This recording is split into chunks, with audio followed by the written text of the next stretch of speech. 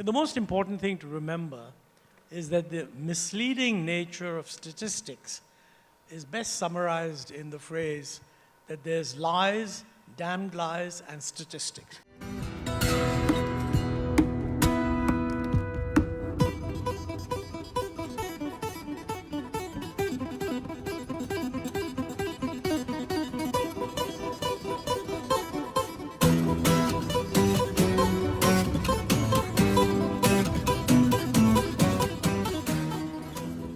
This elections has shown that no matter what the narrative is or how much the powerful forces create a particular construct of our reality, truth will finally prevail.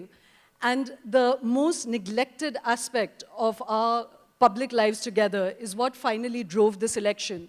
And that was the way that youth are feeling unemployment, inequity, and inflation. Amongst other things of local and caste and constitution, at the heart of it were economic questions that we haven't been looking straight in the eye. There's this complete difference in basic facts about where India's economy is. So it's a jigsaw. The voice of the people has been heard. They've made themselves heard. And it is the most urgent discussion that what is the new model that India needs to deliver equitable, inclusive growth to a country as diverse as ours. To discuss that, to unpack that jigsaw, ladies and gentlemen, please welcome Montek Singh Ahluwalia. So, Montek, I just want to dive into the deep end of it. You know, as I said, I shared some facts. And even before we discuss how to deal with the economy and all the issues, there's not even a baseline agreement between, different political parties, policymakers, even economists, over the basic facts of the Indian economic landscape. If you hear Raghuram Rajan, then our GDP is at 6%. If you listen to Surjit Bhalla, as I said, extreme poverty has been eliminated, and India today only has 4% that are poor. Even before we enter, tell me, how do you handle this particular problem? Well, that's a tough challenge. The most important thing to remember is that the misleading nature of statistics is best summarized in the phrase that there's lies, damned lies, and statistics. Okay? And this is universally recognized. Now, you mentioned Raghu and you mentioned Sujit, both good friends of mine. I think it's natural in the middle of a highly polarized and sharply contested campaign that you will get different assertions. So if we distance ourselves from all that, what does the economy look like? That's really what you want to know. I think you could reasonably say that looking back, having got over the pandemic, okay? I mean, we are making a good recovery. The growth rates post-pandemic look a bit high, but that's because we're recovering from a very low base. If you go to the pre-pandemic year, then the growth rate is only about 6%. So that's Raghuram Rajan, whereas Surjit Bhalla looks at the last. My own view is that the underlying growth rate is really in the nature of 6 to 6.5%. That's much lower than we normally would have targeted. But we have to agree that it's a lot better than many other countries. So the proposition that India is looking good is basically true because most other developing countries are looking bad, and the star of yesteryear, that was China, has really slowed down. So for the first time, we're growing faster than China, and that's and there's a great desire around the world to refashion themselves away from China. We're a large economy, so naturally people sort of look at India. So I think there's an opportunity there. But this question on poverty, that's crucial. I'm going to come to the question of poverty. Okay. I just want to persist just a minute more with this idea of data. I know it's a good thing to just brush it off. But, you can't even argue in parliament or over policy or indeed for any of us as citizens to understand how to respond to a country if there's not even a basic agreement on facts. Are we poor? Is it 4% poor? Or is it, such a crisis that a very powerful and very popular government got voted out. So how do you bring credibility back to statistics? You know, is this something you as an economist are happy to be in this position? Yeah, I think this is, well, first of all, by the way, whether the government was voted out because of poverty or unemployment. One of the factors. One of the factors. I think we have to recognize that, I mean, even Surjit Bhalla, his view is that if you take the poverty line that we have traditionally used in 2011, then according to him, poverty has really come down. But he himself says that that's a silly poverty line. You know, if the country develops... Rupees 32 a day. Yeah, I mean, that's in those prices. That would be much more in today's prices. I mean, the general argument is that, look, if the rest of the country is moving forward, then your definition of the poverty line should also move up. I mean, some countries, for example, say that we should use as the poverty line, let's say 30% of the mean consumption. So that as the consumption level goes up, the poverty line also goes up. And then you have to look whether there are more people or less people below that line. You know, my feeling is that what has happened is, this is not just in India, they've moved away from the one-dimensional poverty line, which is just consumption, into things like deprivation and various other dimensions. So you introduce a multi-dimensional poverty line. I think the bottom line is that, look, poverty has certainly gone down. I don't think there's any doubt about that. It went down during the UPA, it's gone down during the NDA. What it is at this given level is something we should develop a national consensus on. What is it that we are going to call poverty for today? And you know, frankly, 10 years later, we have to revise it upward. But my guess would be on that basis, something of the order of 20% would have to be called absolutely poor. And you know, always it's been the case that the next 20% are not really rich. I mean, I remember once in the old days, I was on some program and they said, your poverty line is 31 or whatever per day. Are you saying that if I have 32 per day, I'm rich? I said, no, you're just not poor, although that's pretty poor. So I think this is we should recognize that the best you can do is get a consensus. Now, what is the consensus for? I think the consensus is for who needs special assistance. And that, I think, to say in India, the bottom 20 or even the bottom 25, makes a lot of sense to me. You know, so I'm going to come to the whole idea of the welfare state, but one of the economists I was talking to said, you know, contesting the government's figures that urban poverty is now at 4% and rural poverty is at 7%, come down drastically from 25% just in 2012, said if that's the truth, then why are we providing 800 million people with rations, you know? Mm-hmm. And I'm very much a welfare person, so we'll come to that. But it wasn't just about poverty, and we'll move away from this, Montek, but I was wondering that the whole idea of statistical integrity, you know, so even Bibek Debroy, who's the Prime Minister's Advisory Council, you know, chairman, even he was saying that, yes, I cannot deny that surveys have become infrequent, you know, data is being contested. The modality is one thing, but even the fact that a government data is then hotly contested and not believed is not a great place for anyone to be in. So is there any answer to that? Oh, absolutely. I mean, first of all, we must realize that, you know, any society where discussion is free, and since data always support a particular point of view, you should expect data to be contested. I mean, people are not contesting data just for contesting it. They're just saying, listen, maybe you're drawing the wrong conclusion. So I think the fact that data are contested is a good thing. What can we do about it? Well, the first and the most important thing we should do is to set up a completely independent statistical commission, which should be staffed by statisticians, other distinguished people, and whatever. And the decision to release the data should be completely outside the realm of the government. By the way, I was of this view even earlier, so I'm not saying this because of the current dispute. Today what is happening is that the release of data is subject to the Ministry of whatever, the Statistical and Program Implementation. That is wrong. It should be independent. And I think we should also, for example, the 2017-18 consumer survey. Sujit has been very critical of it, saying that it was a bad survey. And by the way, I am inclined to agree with him, because the results of that survey are really not credible. But his view is that you should have a statistical group that actually determines standards.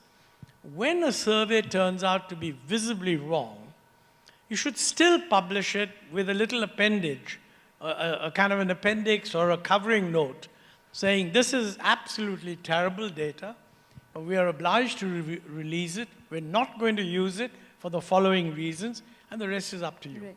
And I think that is, this is a suggestion that Sujit Bhalla has made.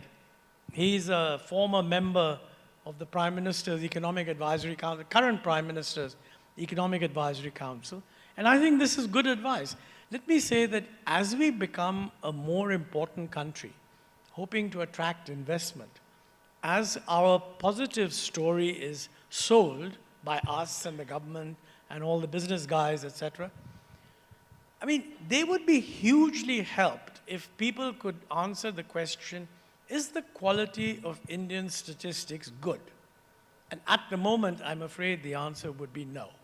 Right. So it is a national objective to put the quality of Indian statistics at a very high level, although it would still be subject to the usual contest, criticism. yes. But not like this, where nobody Yes. at all believes Yeah. anything that anyone else says. You Yeah. know? Just one quick, very quickly, the government has also been pushing back on a lot of international organizations. The International Labour Organization put out a report. The government actually hauled them up on it. And whenever there's been, if it's negative criticism of the government, then there's this sense that the international organizations are out to, damage India's reputation, or that it's a colonial mindset. Do you agree with that? Should actually India have an independent domestic statistical institute and have a healthy disdain for international assessments of the country? No, the two are two different points. Yes. I mean, we should certainly have an independent, high-quality statistical institute. Subsequently, if any international organization departs from the use of our statistics, but does not explain How they why arrived. it thinks our statistics are wrong, I think it's the duty of the government to say, listen, you're being unfair, and all governments do that.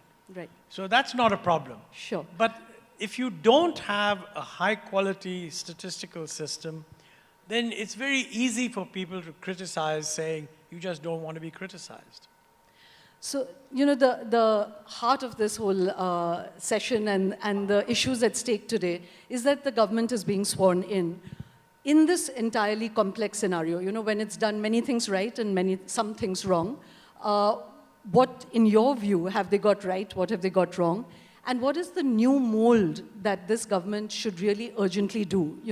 Given these very competing signals, there's another report, and again, like I said, because none of these statistics are now accepted by each other, I'm just throwing it out. But one other statistic that just came out was that inequity in India is now at its most extreme from 1922, Mm-hmm. And again, if you listen to a whole host of people, including people like Bibek Deb Roy or even a Shamika Ravi and others, there is a sense that, yes, inequity is not entirely being sorted, So what's the new mold? What do you think they got right? What do you think they got wrong? No, that's a big question. Let's start with what they got right and wrong. Question, yeah, okay. Look, I think, first of all, let's be clear that, while every government distinguishes its message, if you parse it through, at a broad level, the objectives are always the same. You want broader growth, inclusive growth. You can call it inclusive growth. You can call it Sabka Saath, Sabka Vikas, whatever you like, okay? So I think growth. If you look at the growth rate of the last 10 years, and I think people agree with this, using the official statistics, it's slower than in the previous 10 years, okay? I mean, the UPA growth rate was about 7.8.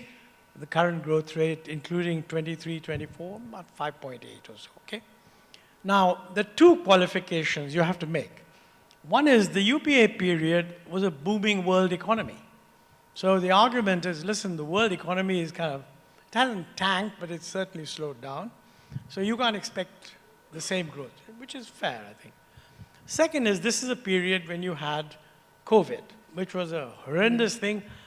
Different countries handle it differently, and therefore you expect that growth to be lower, and we're just recovering. You know, it's impossible to judge what the growth rate in the last 10 years is compared to the previous after adjusting for these things. But you know, my guess is that it's roughly the same. That's the best you can come up with, okay? So I think on growth, the government has more or less managed to get the growth rate. There have been problems. What did it get wrong? My view, for example, an early mistake was demonetization. I don't think this is still officially accepted, by the way, but that's my view. It's a mistake. But I don't think it was all that damaging. I mean, you know, very unfortunate, 4 or 5 months of disruption, but that was quickly got over. What else? What did it get right? I think continuing the thrust on infrastructure development was absolutely right. India's infrastructure was poor. We had started investing in it.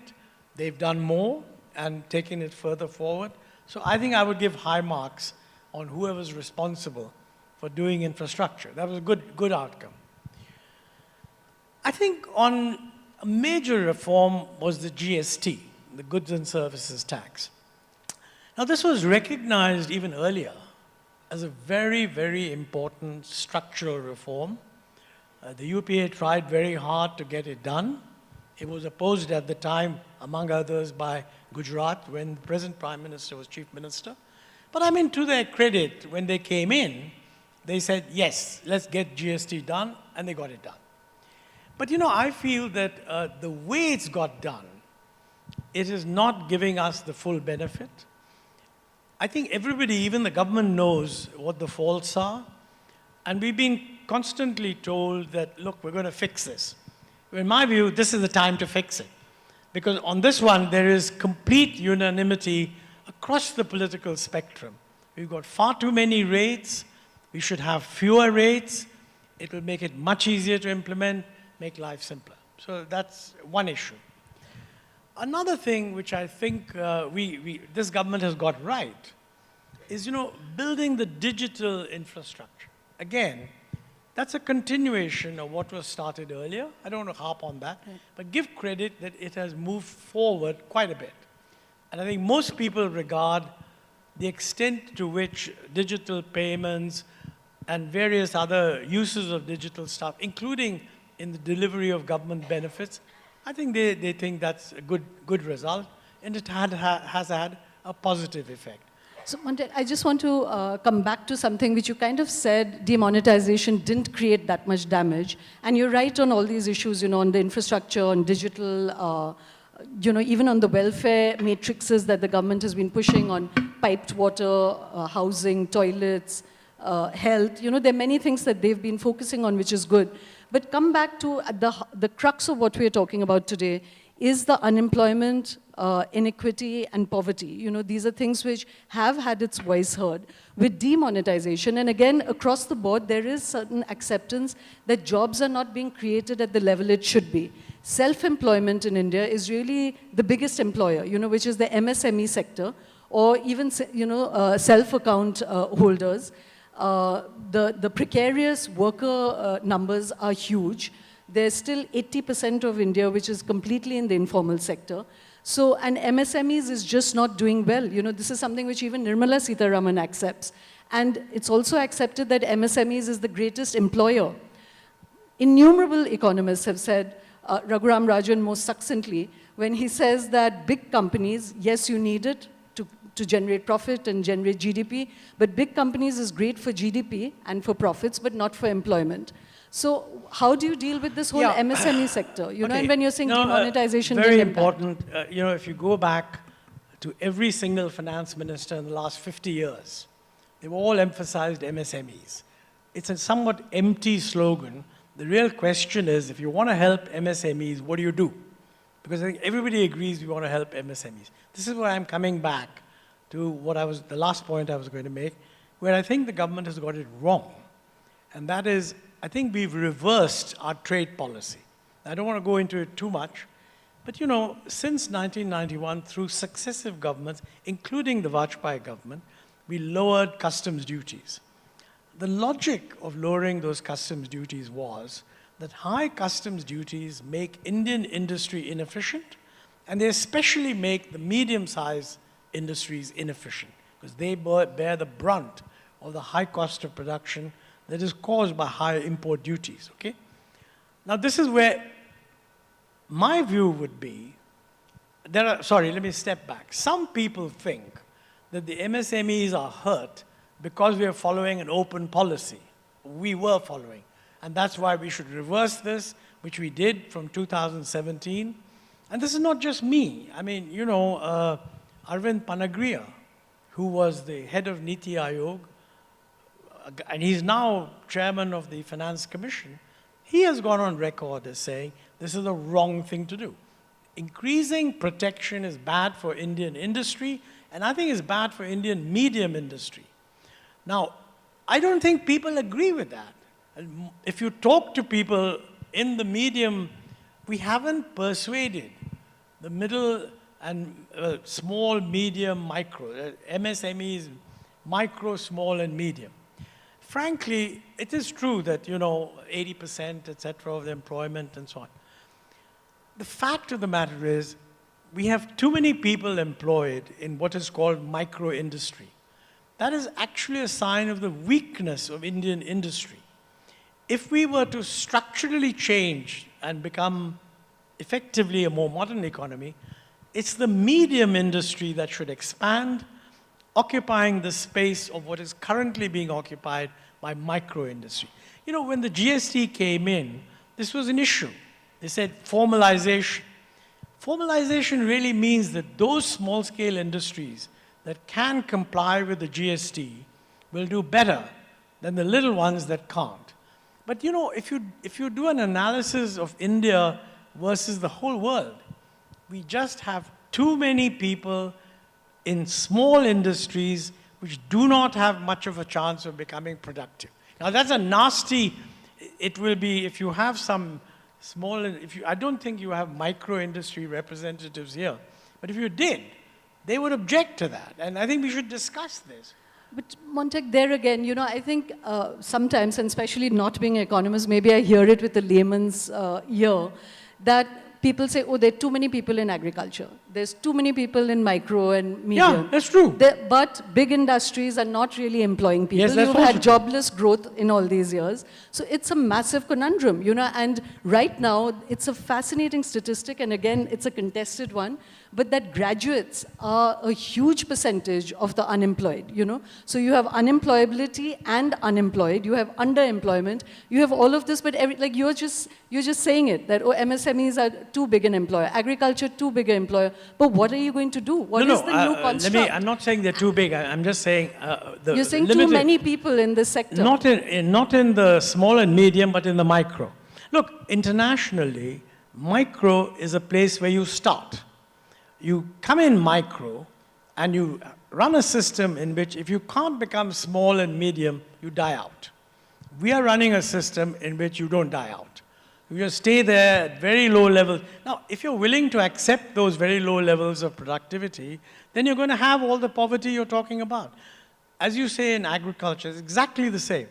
Agriculture produces about 17% or 15% now of India's GDP, and there are 45% of the population in it. It's quite clear to me that we ought to be having maybe 25% and not 45. What's going to happen to this 20? They have to be absorbed in the non-agricultural sector. Some in services, some in construction, some probably also a little bit in government, and a lot of them in manufacturing. So you have to ask yourself, why is manufacturing not expanding? I'm saying, contrary to what many people think, it's not expanding because we've got the wrong trade policy. We're running a trade policy that's highly protective.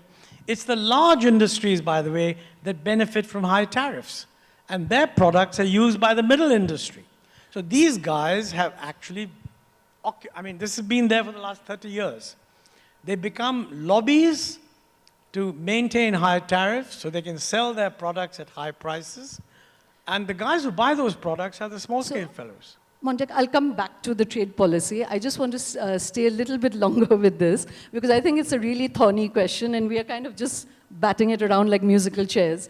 When you were in government and you were the head of the Planning Commission and in a very influential position, and I don't know if you recall, in a previous interview that I did with you, I was asking you to rate the UPA government on several matrices. And you'd given Mr. Manmohan's government a very high 7 or 8% on growth, which was universally accepted. But on inclusion, you had given yourself, and that was very honest of you, 3 to 4%, 3 to 4 on 10 for inclusion. And that strain has continued. That's common to all governments. Why are you not? So what is the new way? I'm glad you're going back to my examination marking of the old government. Growth, yes. The big failure on the inclusion front, in my view, is the job of government is to provide public goods. And the two most important public goods are really health and education. We knew this, okay? We tried to put money into it. One of the problems is that the delivery of health and education is not a function, not a responsibility of the central government, it's a responsibility of the state government. Our mistake was conceptually that this problem can be solved by putting money into it, but let me frankly say we didn't put enough money either, because when we talked about money, we talked about more, but you always run out of it, okay? I think many people criticize the Indian growth model compared to East Asia for not having done enough on health and education. I agree with that. I don't think we're doing anything to correct that even now. And the debate is all about more money. But the truth of the matter is you need to put money where it's going to be effectively used. And I fear that our system is not being effectively used. So can I prove you for some more ideas on that? Of course. Which is that, again, these are the kind of maxims that all economists are throwing around, health and education. Raghuram, in fact, I want you to comment on that, this whole discussion now whether India should really focus on manufacturing or on services, because manufacturing... No, that's a separate. Yeah, but if you want to stick to health and education yes, first, why I brought that in is that when everyone is saying that we have this huge demographic dividend, that's actually very resentful, angry, seeing no future, 12 million people joining the workforce every year. According to the government economists, we are generating 4 to 5 million jobs. So in that, there's a constant refrain that we must skill. But my point is, you're going to skill for what? When you have a demography that is not being able to count, class 5, that's not being able to do class 2 level, what are you skilling towards? What's the vision? Now with AI and climate change coming in, there are just so many factors. So I would love to hear from you, what is a pathway? If you were being sworn in today into this government, what is it that you would do? Fortunately, I'm just Fortunately, about over 80 years old, and I don't have to worry about those things, but it is a tough job. I mean, whoever is going to be responsible for health and education, but we do have some indications of what needs to be done.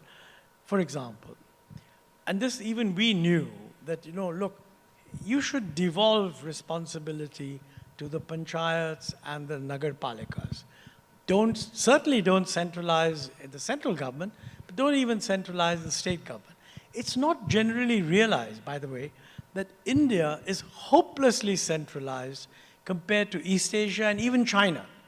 I mean, the number of people directly employed by the central government and the state governments, as opposed to the local governments, is very large. Elsewhere, the money goes to the local guys, and then they make sure that the school teachers turn up. But one of the biggest things is school teachers are locally recruited. We have argued this any number of times. There is no political willingness in any party to take up this issue. Look at a simple thing. Suppose you were to say, and I think UP at one time tried to do it. They took the existing cadre of UP teachers and said, this is a dying cadre. While they're there, they'll be there. But all future recruitment will be at the local level. A huge protest on the grounds that only a central recruiting system is fair. At the local level, it'll be taken up by this caste, that caste, the other caste, whatever. I think we have to take that risk. We have to rely on local democracy, making sure that the system is fair, and stop pretending that centralizing recruitment in Lucknow for 200 million people in UP is the right thing to do. It isn't. So, but unless you do that, I mean, what's going to happen? So in your view, does India have enough money to really chase health and education? Should it be through direct benefit transfers, just give cash to people and let the market work? Or should the government be involved in at least creating structures for health and education? No, and short answer is, in terms of money, you know, an extra 1.5% of GDP will do wonders for health and education, okay? And I think we have that money, except we have to get rid of some of the useless subsidies we've got in the system. The trouble is nobody wants to get rid of any subsidy. But that much money, nobody can say that we don't have, okay? The problem really is that in order to get results, the structural changes you need within the states, devolving lower down, they're not even focused I mean, I don't think any political party has actually acknowledged that this is what we want to do. Nobody's mandate, nobody's manifesto has said this is what we're going to do. And I think we need to take that risk. Decentralize, but decentralize doesn't mean you just leave the decision to some local toughie. You decentralize along with a living democracy where people are voting. And people will judge whether the school is doing well, not doing well, etc. So you feel it should really shift to the center of agenda, both health and education? Well, the center can provide money. No, I didn't mean national center. I meant to the center of political agenda. Yes, I think the failure to deliver public goods. You know, technically, water is not a public good. It's a private good, but it does get delivered. So that's another big problem. We're trying to do something about it. And climate change is going to make that 20 times worse. And we haven't even worked that out. But just sticking with health and education, if you look at the manifesto of any political party, I don't think you will find useful stuff that is responding to what the current research results are. You know, my good friend Karthik Muralidharan has just produced a kind of huge tome, sort of a War and Peace-like tome on things like education and health. And he produces a very large number of solutions.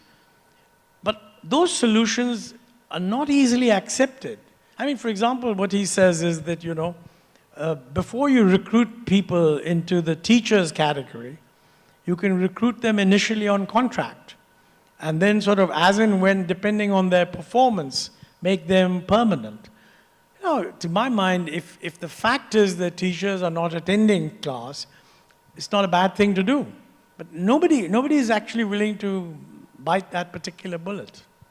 Well, you know, the current Prime Minister has a reputation and track record of difficult decisions, strong decisions, whichever adjective one wants to use. So maybe this should be put to him, you know, to do.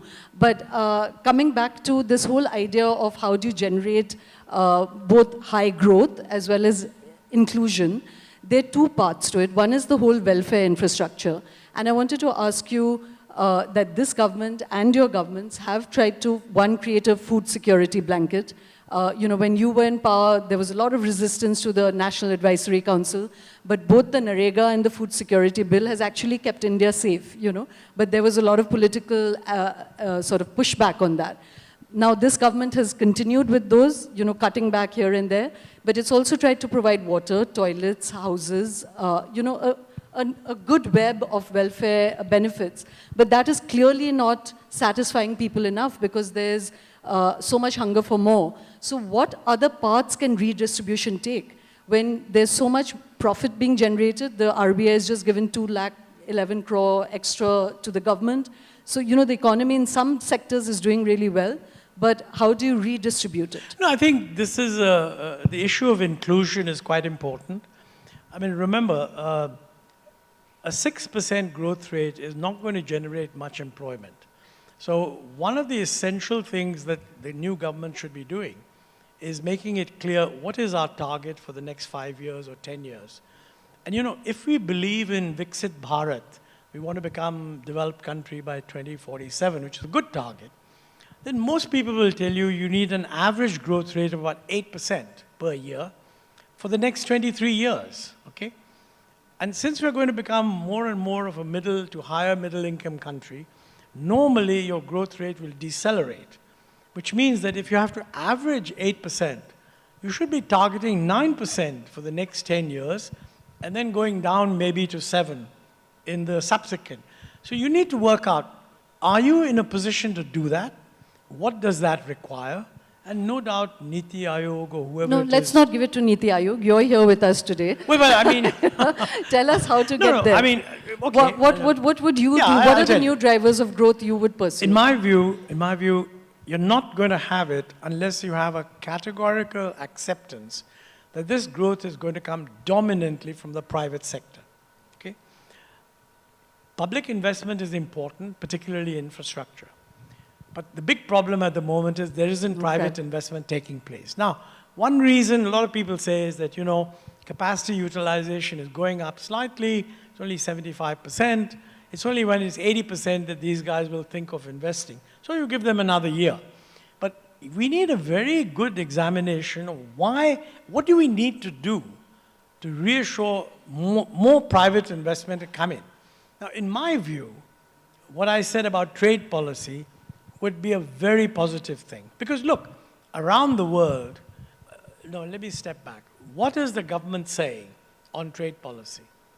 They're recognizing that around the world, global supply chains are being set up. Trade is no longer, I produce something, I sell it to you, you produce something, I buy from you.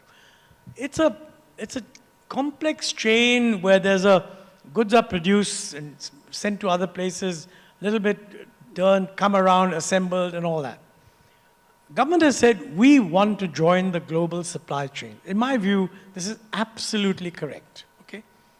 A consequence of that is that you must be free in allowing imports to come in and out, otherwise you haven't got a dog's chance of getting into any global supply chain. To do that, you need to reverse the trade policy we are following. So that's point number one. I come back to it. Yes. I believe Montek, that will help manufacturing. Look. But if there were other economists sitting here, they would challenge you on that Of to course. say that, many other countries, starting with the developed countries, are putting up protections for their own economies. And this government has been following Atmanirbhar. Again, like you said, whatever label you give it, it seems to be common understanding that as many mature markets are plateauing and flattening out, Europe and elsewhere, that actually the teeming market is here. And you create here, you try, Yeah. I mean, you mentioned about private investment is low, FDIs are low, and also private consumption is at 3%, so apart from the charitable thing, there's no buying power in this country because it's not being, the wealth is not trickling down. You're a very persuasive lady and therefore dangerous, no, so let me challenge you on that. The proposition that we shouldn't do this because the market is here is wrong. The size of the Indian market is 2.5% of the global market. So whatever product we are selling domestically, if we don't target it for the global market, we are losing huge opportunities. Now, we can say the West is becoming protectionist. That's true for things like high-end chips, high technology. They're not becoming protectionist on garments. And Vietnam and Bangladesh beating the hell out of us in garments. So the question is, why is India not able to do as well as Vietnam and Bangladesh in garments or shoes? So, this proposition that the West is turning inward is not true for low-end products. They're not trying to protect some high-end Italian shoemaker. They probably do that anyway, but by and large, those markets are open, low tariffs. You've got to be credible and be able to produce large quantities in a reliable manner. Unfortunately, we have got into niche areas. Now, we are unmistakably the best product. If you want a very fancy women's Indian wedding outfit with zillions of pearls embroidered by hand. But pearls are outdated. Emeralds are in. Okay, emeralds, whatever. That is a tiny market. The real market is all the rubbish that you see in the big department stores. And whenever I go there, I see Bangladesh, I see Indonesia, I don't see India. Mind you, I see more India than in 1991, but far less than we should be if we are, we have the capacities we do. So the first point is, it's wrong to think that we should follow the world. And let me say, if you look at what the Americans are being a bit foolish because they're too much which is not high tech. For example, steel. It's quite silly to be putting duties on Canadian steel. What security objective is there? But their real concern, they're scared of China because China has gone and said openly that we're going to challenge you technologically, militarily, economically, and even as a model for the rest of the world. So naturally they step back, and their view is that these guys are not original sources of technology. They take our technology and sort of, as the Americans would put it, steal it, okay? So they're putting barriers, and they will have, it will cost them something, but they're rich enough. They're not doing this in order to just protect. They're doing it in order to keep China out. Now, we have a potential advantage here because they're not trying to keep India out. But it's wrong for us to think that where else will they go? And I hear a lot of people saying that. The fact is there are many, many countries that are willing to provide an environment where if you want to reroute your supply chains from China, you can go there. We need to do the same thing. Now, I think the government seems to have the right approach.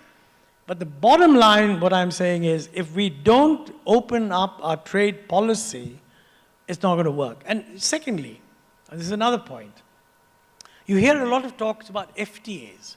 We're trying to sign FTAs all over the place. We haven't signed any serious ones yet.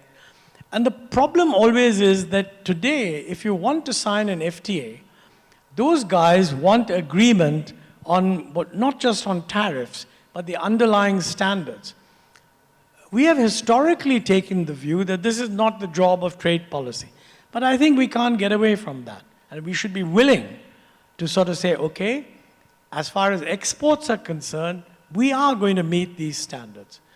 This requires a strategic rethink, and I hope that the new government will focus on it. Because, if we were willing to do this, then the EU FTA and the UK FTA will come through relatively easily. Otherwise, I find that there's too much focus on just giving visas to Indians, which is good, but that's not the way to develop.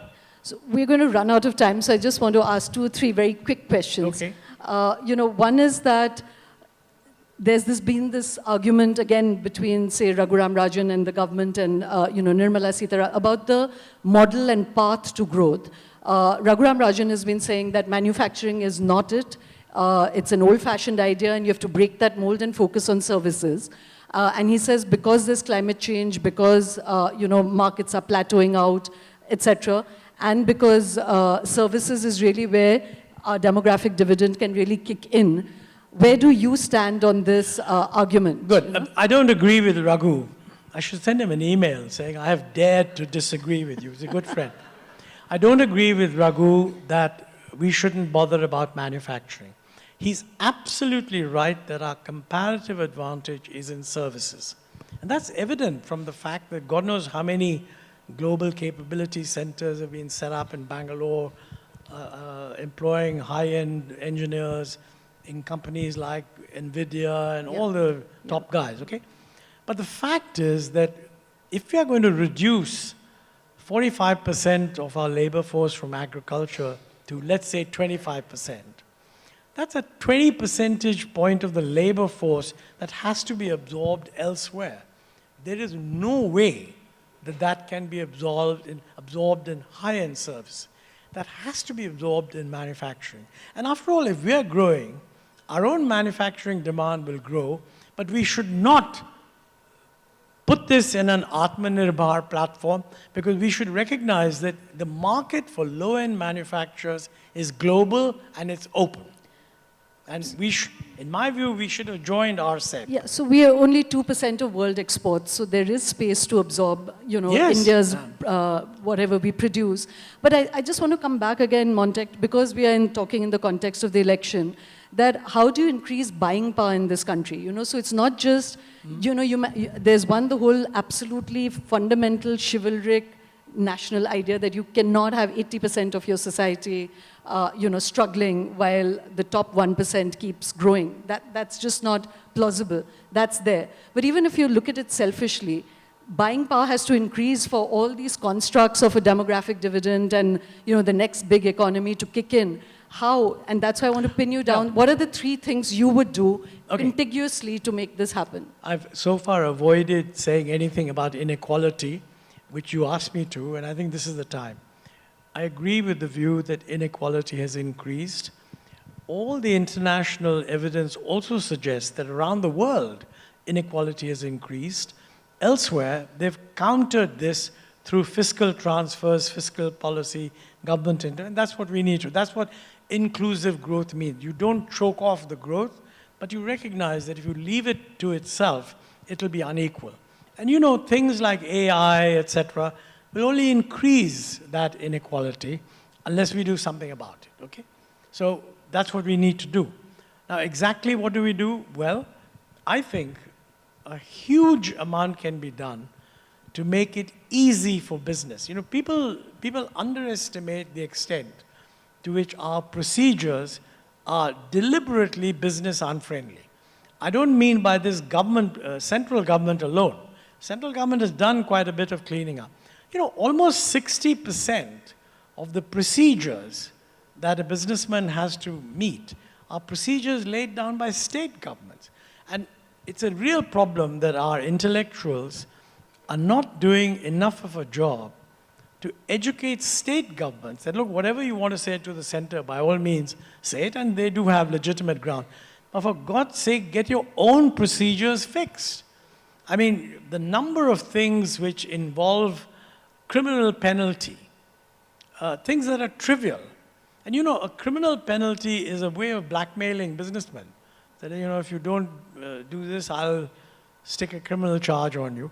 This should be just cleaned up. And quite frankly, I don't see why the central government doesn't commission, for each state, commission a group of people to make a recommendation. So basically change all this and then see which state does it.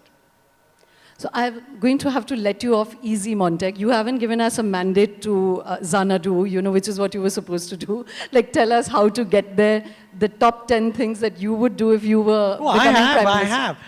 Lower customs duties. Yes. Agree to align your domestic standards with global standards. Set up an independent statistical body that will command the attention of the world. I would go further and say that, for God's sake, do a little bit more privatization. I think it's wonderful that we've privatized Air India. We haven't heard any good results so far, but they tell me it's happening, and maybe it will. Increase our spend on health and education. No, that of course, yeah, but not reform the system, okay? I think, for example, railways is expanding quite well. We could privatize Concor. And if you want to improve logistics in this country, you want the private sector to get into the logistic business of using, hopefully, electric vehicles to collect goods, take them to a railway station, send them across the country by rail, pick them up and deliver them.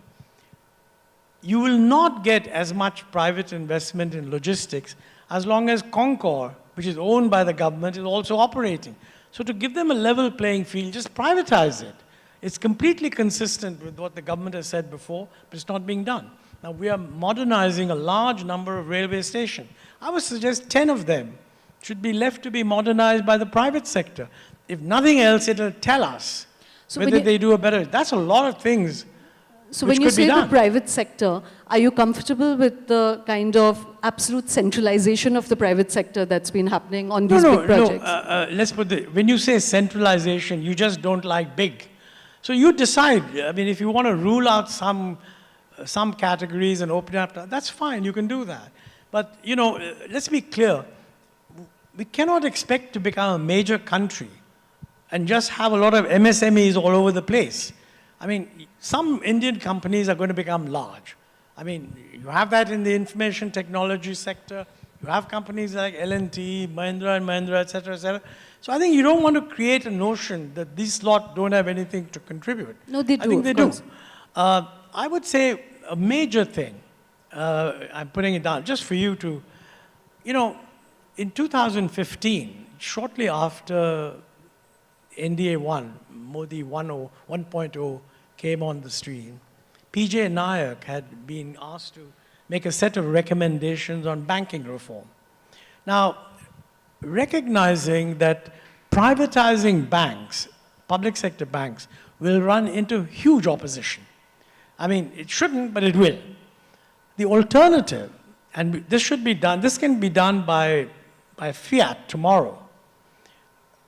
Eliminate dual control on public sector banks by RBI and the finance ministry.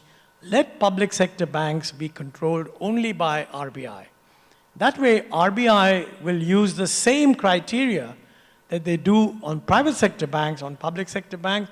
Finance ministry has no role in this whatsoever. Now, it's interesting. This was actually recommended way back in 1991. If that had happened, electoral bonds may never have been born. No, not necessarily, by the way. That's a policy decision. It wouldn't have been born if RBI had opposed it. But if RBI didn't oppose it, they would have been. That's a separate. See, what I'm saying is that today, if you were running a public sector bank and you ran it badly, and the profession thought you were running it badly, but the finance ministry thought it was all right, RBI cannot remove you. In the case of private sector banks, they can. They should, in my view, have exactly the same power.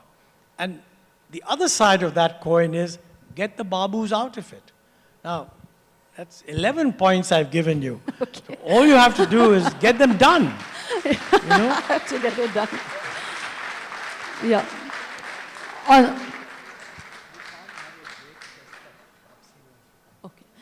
On that note, we're going to have to end here. We're going to go straight into Tapsi's session because some of you may still want to catch the tail end of the game. But I hope you're staying, Montek, because I'm sure a lot of people will want to ask you that what should this particular audience look towards, where the new opportunities really opening up. We didn't talk about the markets. Very interesting fact is that a lot of retail investors now are coming from tier 2 cities. And there's another booming, brimming entrepreneurial energy. We didn't get to talk of all of that because employment inequity are the really big issues here. Thank you so much for taking my questions and for giving us this.